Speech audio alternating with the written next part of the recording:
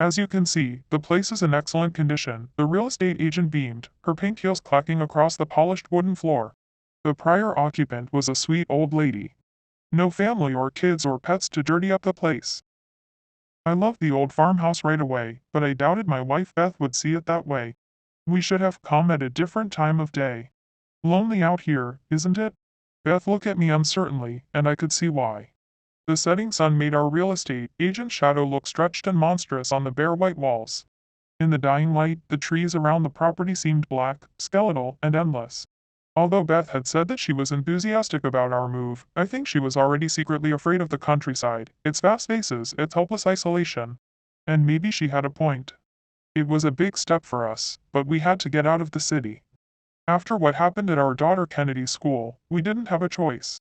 Kennedy herself held my hand, looking around the place with wide, eager eyes.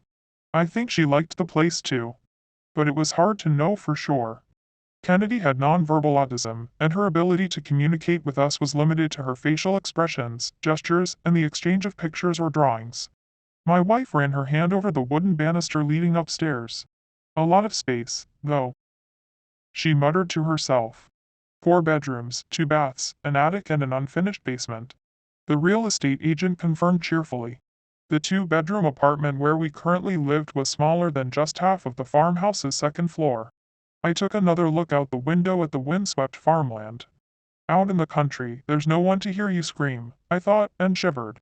The sound of my wife's voice brought me back to reality. I think we'd like to make an offer. Beth smiled at me. Kennedy jumped up and down excitedly, then began pulling my fingers to bring me upstairs. She wanted to pick out her new bedroom.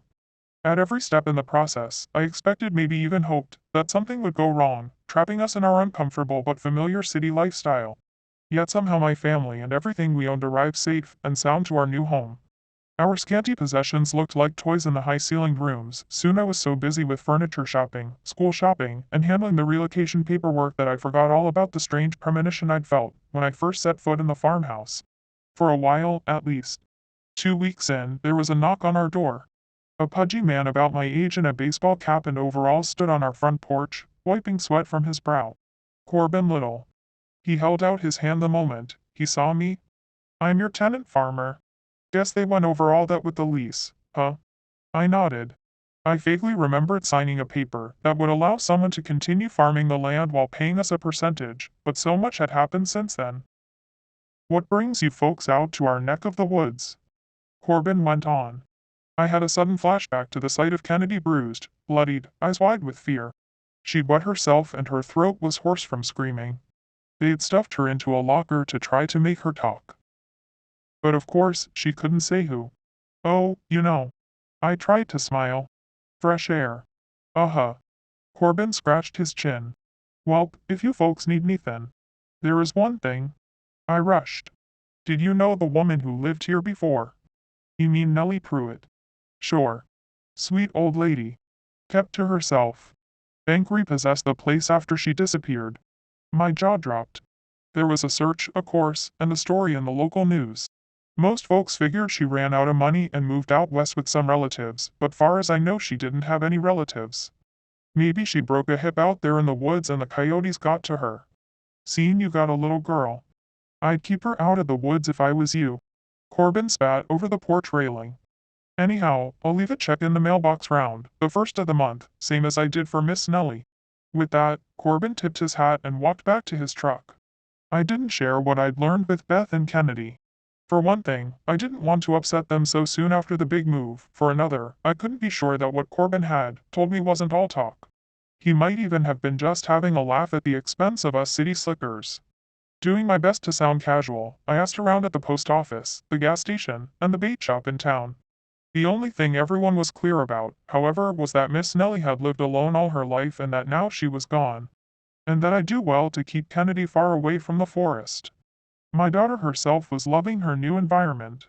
The kids at her school didn't seem to care at all that she didn't speak, they were just happy to see a new face in town. Her drawing abilities helped. Soon she was doing so many sketches for her friends that my wife told her to start taking commissions to help out with the bills, and Beth was only half kidding. As much as we were enjoying country life, that was one thing I'd underestimated, the monthly cost of the big old place. When I got the first heating bill, the town theory that Miss Nellie had gone out west to avoid her creditors suddenly made a lot more sense. It was almost double what I expected.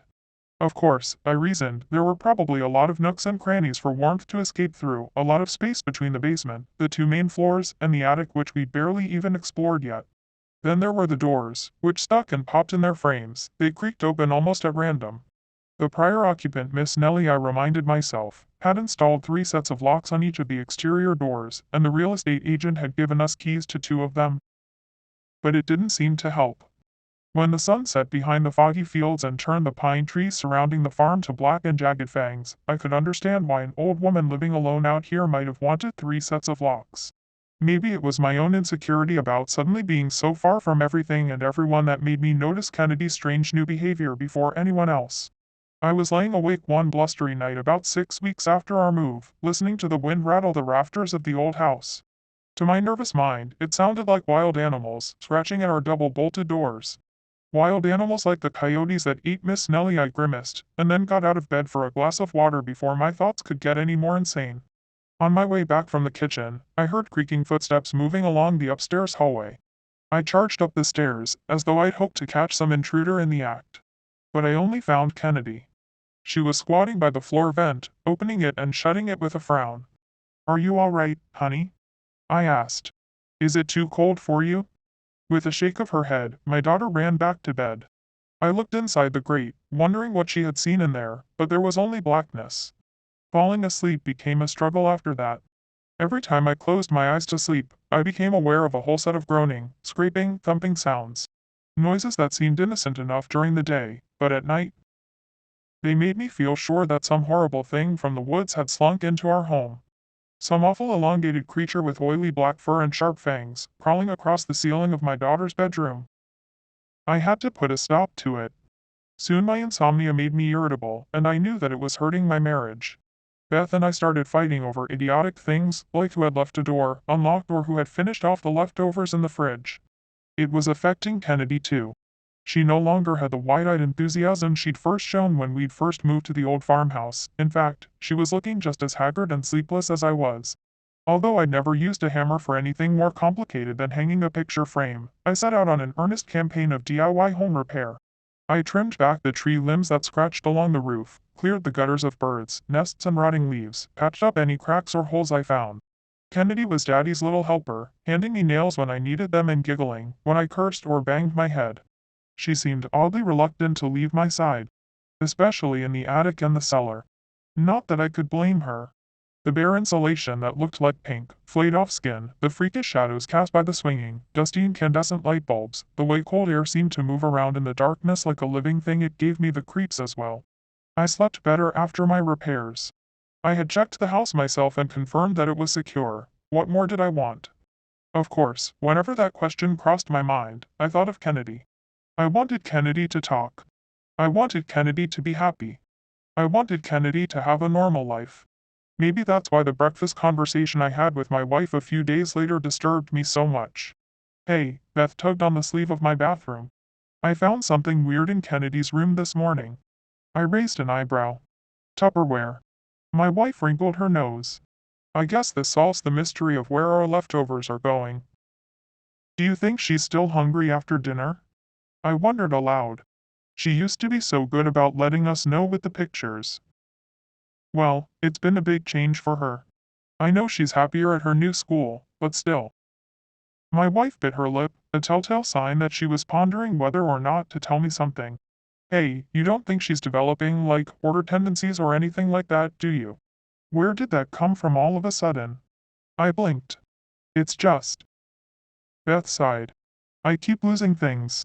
Silly things. Photographs, an old ring. It's like I put something down and it's gone. Then later it reappears somewhere else. It's driving me crazy." I resolved to check Kennedy's room later, but I was running late for work and forgot all about that odd little conversation. Until a few hours before dawn the next morning. When my eyes snapped open with no clear cause, I knew something was wrong. Whispering. Someone was whispering in our hallway. I sprung from bed and burst into the hallway, startling Kennedy. She was in her pajamas, lying on the floor beside the vent. "Honey." I knelt down beside her. Were you talking? Who were you talking to? Kennedy beckoned me to follow her back to her bedroom, and with a last unsettled glance at the darkness inside the floor grate, I did. My daughter flipped open the purple binder where she kept her drawings. How long had it been since we'd had time to sit down and look through them together? Too long. The first sketch showed a pair of glowing eyes behind black bars, like the bars on the ventilation grate. In the second, a gaunt purplish figure with floor-length, white hair stooped over a familiar-looking Tupperware like a hungry animal. It appeared in drawing after drawing, walking down a dark hallway in a filthy dress, watching us from the little round window in the attic. Curled up beside my daughter, in her bed, stroking her hair with those long filthy fingernails. Honey. Who's this? Although I knew it was useless, I pointed to the horrible purplish figure. And Kennedy burst into tears. We scheduled an appointment with her old child psychiatrist the very next day. Learning to speak via an imaginary friend is common, she assured us sweetly, and after the trauma your daughter experienced, it's only to be expected that her artwork is a bit disturbing. I wouldn't discourage her. This could be the breakthrough we've been hoping for. And don't worry, she smiled. There's no such thing as ghosts. I didn't feel very reassured as I drove my family back home, but a plan was forming in my mind. Beth would call it insane, and Kennedy would be frightened by it. I'd have to wait until they were both out of the house. When Beth left to take Kennedy to school the next morning, I put my plan into action. Trusty hammer in hand, I smashed through the wall around the vent in the upstairs hallway. The space on the other side was larger than it appeared. It was more like a tunnel than a ventilator shaft. I spotted a trapdoor in the cobwebby gloom. I tried to swallow, but my throat was dry. Flashlight and hammer in hand, I wiped plaster dust from my sweaty forehead and crawled forward into the darkness. The trapdoor was just the beginning. It led to yet another narrow space, just tall enough for an adult to move around, and by crawling located between the first and second floor. From there, a ladder inside of an unused chimney led down to the cellar. Or up to the attic. No doubt it had its exit behind the hideous, drafty pink insulation. But I wasn't focused on the countless wooden tunnels leading throughout my house. I was staring at the nest. A filthy pile of rags surrounded by jars of file, amber liquid was at the center of the space. Among the heaped cloth I noticed Beth's old ring. And photos of our family. I suddenly realized that the cramped space was a lair, a home to something horrible and wrong. And if whatever it was wasn't here, then where was it? To my horror, I heard a door open downstairs. Beth's voice. Kennedy's footsteps, honey. Beth called uncertainly from downstairs. Kennedy forgot her lunchbox. Have you seen it? Oh, I had seen it, all right. My daughter's lunchbox was at the center of the nest. Get back to the car. Get out of here. I shouted. But the thick walls muffled my voice. I scrambled out of that disgusting warren as quickly as I could, smashing my head on wooden crossbeams and slicing my hands on rotted, splintering wood. A shriek came from downstairs, and as I skidded into the kitchen behind my daughter, I saw what had made my wife scream. It wasn't exactly like Kennedy's drawings. But it was pretty close. No, not it, I realized, her. The waxy-skinned, gumless, skeletal thing I was looking at was Miss Nellie Pruitt. And she held a butcher knife in her hand. I was so lonely. All I wanted was a family, the old woman rasped. And now I have one. You are my family. And I won't ever let you go. I kicked a chair at her and sprinted for the kitchen door, but it was locked. Of course. The third set of keys. We were trapped. Why don't you come over here, sweetie? The old woman beckoned to Kennedy with a long, dirty fingernail. Doesn't your grandma Nellie always get you whatever you want? My daughter looked at me with wide, uncertain eyes. As the gaunt figure reached out for Kennedy, Beth tugged her away. The old woman's face twisted into a purple expression of rage. Don't you dare try to take my granddaughter from me. She hissed insanely, lashing out with the knife. Nellie Pruitt caught my wife in the wrist. Kennedy wailed as blood splattered across the kitchen floor. The old woman pulled my daughter close against her yellowed, stained nightgown. SHHHH. She cooed. Don't you worry, sweetie. Grandma Nellie won't let them ruin our happy family. Her teeth, freakishly lengthened by the scurvy that had infected her while living hidden between our walls, clacked together when she spoke. I wanted more than anything to shatter her drooling smile with my boot, but I didn't dare to move. A red droplet ran down Kennedy's neck from where the old woman was pressing her knife against my daughter's jugular. Ignoring her own bleeding, Beth had slipped her phone out of her pocket. She was trying to call for help. Put them on the table. Nellie suddenly screeched. Now. All them newfangled devices. We're not having any of that in our family. Are we, sweetie? She stroked my daughter's hair with a filthy hand. Kennedy looked at me, hyperventilating, silent tears in her marble round eyes. And there was nothing I could do. Beth and I both put our phones on the kitchen table. Nellie Pruitt's grin was hideous. Now son, she went on, and I realized in horror that she was talking to me. Why don't you make some pancakes? Grandma, Nellie's hungry. When I didn't move right away, her glare turned angry and she twisted the point of the knife ever so slightly on Kennedy's neck. I began to rummage around for flour and milk. No need for my sweet granddaughter to go to school anymore. She can stay home and play with Grandma. And you, Nellie's voice suddenly became cruel again as she turned on my wife. The place is a pigsty. Didn't anyone ever teach you to clean? Get those dishes tidied up. While I heated butter in the frying pan, Beth moved mechanically to the sink beside me. Our eyes met. She made grabbing motions with the plate in her hand, and nodded to the hot cast iron skillet in my hand. 1, 2, she mouthed 3. As my wife dived to rip Kennedy from Nellie Pruitt's grasp, I flung the scalding butter at her face, then brought the hot metal down on her wrist like a hammer. Beth covered Kennedy with her body as I fought the old woman for control of the knife.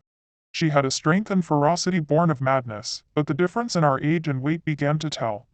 I struggled to cover my face as she gouged at me with her nails. Then I felt her teeth sink into my neck. My shove sent her sprawling backwards. Her skull hit the countertop with a sickening crack and something fell from her neck when she collapsed. A dirty string from which 3 keys hung. I grabbed it and left her where she lay. My first priorities were my wife and child. Kennedy seemed to be in shock, and Beth was pale from loss of blood. I helped them to the car, barely bothering to look over my shoulder at the crumpled form on the kitchen floor. We were already barreling down the driveway in search of help when I smelt the smoke. Behind us, the old farmhouse was burning. We never discovered whether the fire was caused by the gas stove I'd left on, or whether it had been set on purpose by Nellie Pruitt herself. Just for a flash, however, I thought I saw an emaciated figure in a torn nightgown standing in the flame-shrouded doorway. It reached out to us with a mix of hate and longing, then turned and walked back into the blazing house. Once my wife is released from the hospital, we're going to move back to the city. This time, however, we're going to make sure to inquire after the prior occupant of our new home, and make sure that they've really left. Thanks for listening. Please subscribe.